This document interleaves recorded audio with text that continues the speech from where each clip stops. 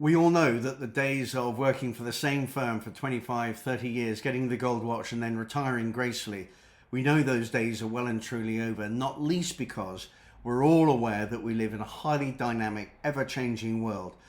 So in terms of careers, understanding the drivers for change as far as your career is concerned is going to help you with one of the key components of peak performance, which of course is anticipation.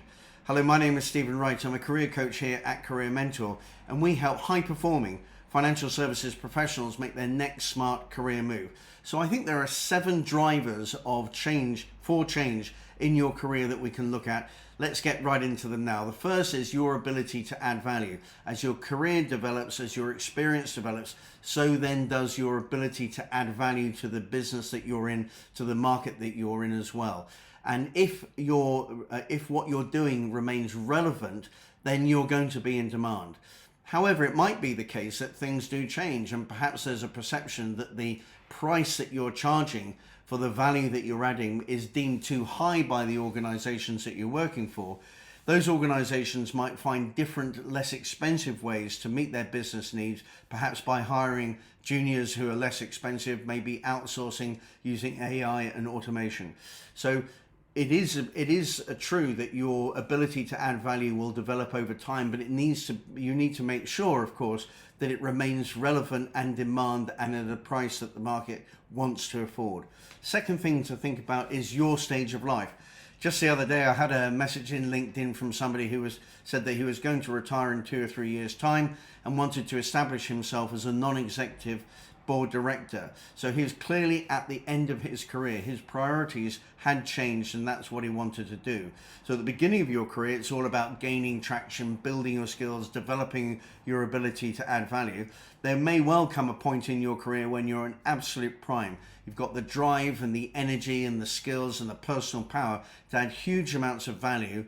And in fact, you're never going to be quite in that prime position again. And then towards the end of your career, maybe you don't want that anymore. And maybe you're at a different stage of your life and you want to ease off the throttle and perhaps look at a different balance for your life. So your career will be to an extent determined by the stage of life that you're in.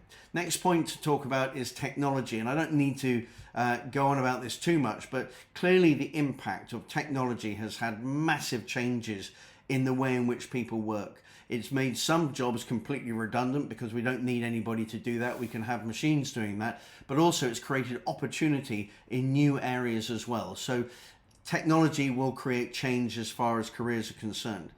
Let's look at the next one, which is the regulatory environment. We only have to look at the impact of Brexit and MiFID II and other changes in regulations to see that careers have had massive change as a result of that. In fact, I do remember the day that Bill Clinton signed away the last vestiges of the Glass-Steagall Act, and thinking to myself, well, that's a pretty important change happening right there in front of our eyes. So do keep an eye on changes in the regulatory environment and think through what impact that might have in your business, your market, and in particular in your career.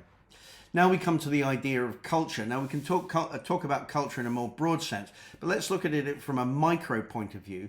If you're in an organization where the culture changes because a new leadership arrives and they reinvigorate what's going on, they create positive change, they add a new energy to everything that's happening, then that's going to provide an opportunity for promotions, for more pay, for developing your career. And by the same token, it might be that a toxic environment begins to develop. And so if that is the case, then quite often what happens is that those people who are really good and not prepared to tolerate that situation will simply leave, and so that toxic culture that may develop can also have an impact. So keep an eye on what's going on within the culture of your organization and understand how that's going to impact on you and your career. Next thing to talk about is economic conditions. And of course, all boats rise in a rising tide, and most people can do well in the good times. But of course, we go through economic cycles. And quite often when there is a downturn in the economy, then business leaders will be looking to cut costs and streamline their business to be ready for less buoyant times. And they may well decide that it's time to make quite a number of people redundant. And of course, that's going to have a massive impact on the careers of those people who do get made redundant, who may also find it quite difficult to get back into the field that they were once working in. So economic conditions are another driver of change. And then the final one I want to mention is the lives of others. So for example, if you're in a business where your career depends on your clients or the people with whom you have relationships and their lives change, then it's going to have an impact on you. I'm old enough to remember when quite a number of portfolio managers who are working in institutional businesses moved from those businesses to the new hedge funds which were forming at the time. And that was a massive change in their careers, but also all the people on the sell side who were selling to those portfolio managers, well, their lives were changed as well, because they were now selling not to institutions but to hedge funds, and there are all sorts of career changes that occurred as a result of that. So there we go. There's a number of drivers of change in people's careers. I may well have missed something, so please do feel free to add anything you want into the comments on anything that I might have missed in this regard. Also, if you're watching this on YouTube, please do feel free to like this video if you feel it deserves it, and also hit the subscribe button. And if you're watching this on LinkedIn, then please do like it and share it with anybody who you feel may benefit from this. And also, if we're not connected on LinkedIn, please do reach out and send me a connection request. That'd be great. I'll be putting the blog that I wrote about this in the comments below, and thanks very much.